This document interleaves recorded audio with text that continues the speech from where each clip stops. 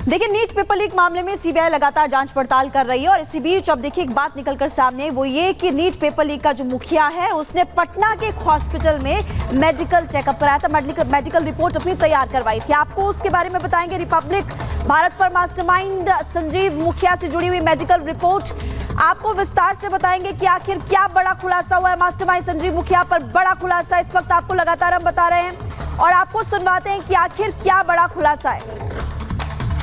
CBI को NEET paper leak के mastermind Sanjeev मुखिया की तलाश है। संजीव मुखिया फरार हैं और संजीव मुखिया एक सरकारी कर्मचारी हैं जो कि टेक्निकल असिस्टेंट के रूप में नौकरी करते हैं नूरसराय के एक हॉर्टिकल्चर कॉलेज में, और वहां पर उन्होंने छुट्टी के लिए आवेदन दिया है और छुट्टी का आवेदन इसलिए दिया है कि उन्होंने बीमारी का बहाना बताया है और ये जो प्रिस्क्रिप्शन है उन्होंने अटैच किया है छुट्टी के लिए।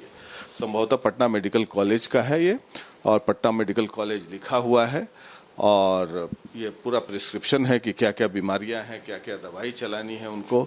और लेकिन मैं जब यहाँ पटना मेडिकल कॉलेज में पहुँचता हूँ जांच पड़ताल करने के लिए कि किस डॉक्टर ने ये प्रिस्क्रिप्शन लिखा है, तो पता चलता है कि ये ओपीडी में ये रसीद जरूर कटाया गया, लेकिन ये पूरा फेक प्रतीत होता है प्रेमा फसाई। हम डॉक्टर अशोक झा जी से बात करेंगे जो कि डिप्टी सुपरिटेंडेंट हैं Patna medical college and hospital के। अशोक झा जी, प्रेमा फसाई जो मैंने आपको ये पेपर दिखाया है और आपने ये जो मंगाया ये रिविजिट का, आपको ये क्या प्रतीत हो रहा है? इस नाम का रजिस्टर में एंट्री हम लोगों को नहीं मिला है। 6-5 के इसमें संजीव मुखिया का जो ओपीडी में रजिस्टर, ये नाम जिससे पर्ची कटा हुआ है, इस नाम का रजिस्टर में ओपीडी रजिस्टर में एंट्री नहीं है। एंट्री नहीं बस। इसका मतलब ओपीडी में रजिस्टर नहीं है, मतलब कि ये जो पटना मेडिकल कॉलेज का ओपीडी का पर्ची है ये 5 रुपया दे के कटाया गया जी, 5 रुपया दे के पर्ची कटाया हुआ है। लेकिन ये जो लिखावट डॉक्टर की नहीं है यहाँ की। अब लिखावट तो मैं पहचानता नहीं हूँ कि मैं कह सकूँ कि इनकी लिखावट है, लेकिन रजिस्टर में एंट्री नहीं है। रजिस्टर में एंट्री नहीं है मतलब ये क्या फेक सर्टिफिकेट बना लिया उन्होंने? अब इस पे तो कहना मुश्किल है। रजिस्टर में एंट्री रहता तो हम लोग समझते कि एकदम सही है। अब रजिस्टर में एंट्री नहीं है, अब इस पे तो पता करना होगा किसने लिखा, नहीं लिखा, कैसे लिखा, इसकी जानकारी हम लोगों को नहीं है।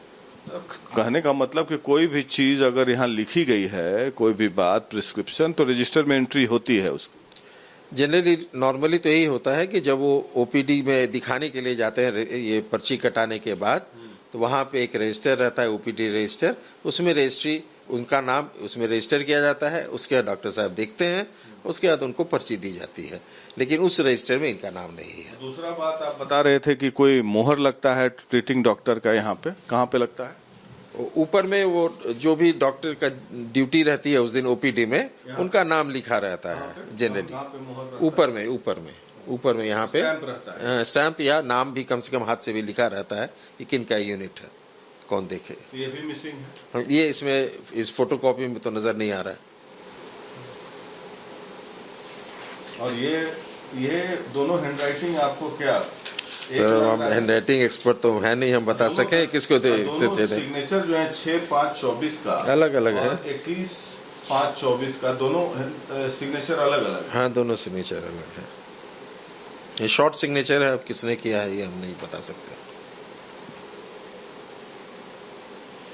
प्रेमा फसाई आपको ये फेक लगता है? अब इसमें डॉक्टर का नाम नहीं है तो इसलिए, और ओपीडी में रजिस्टर में नहीं है तो गलत लग सकता है, तो फेक हो सकता है। आपको क्या लगता है इस तरह के घोटालेबाज जो यहाँ पीएमसीएच के भी मान प्रतिष्ठा को बदनाम करने की कोशिश कर रहे हैं, एक शक के घेरे में तो ला ही रहे ना डॉक्टर को? अब इस पे मैं क्या कहूँ, लेकिन पीएमसीएच हमारे बिहार की एक अच्छी संस्था है, इसका नाम नहीं खराब होना चाहिए, यही मैं कहूँगा।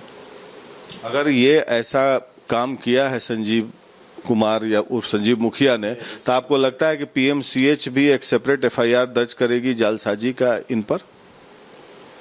देखिए, यहाँ जो भी मरीज आते हैं उनसे आई कार्ड या आधार कार्ड देखा नहीं जाता है, वो तो आते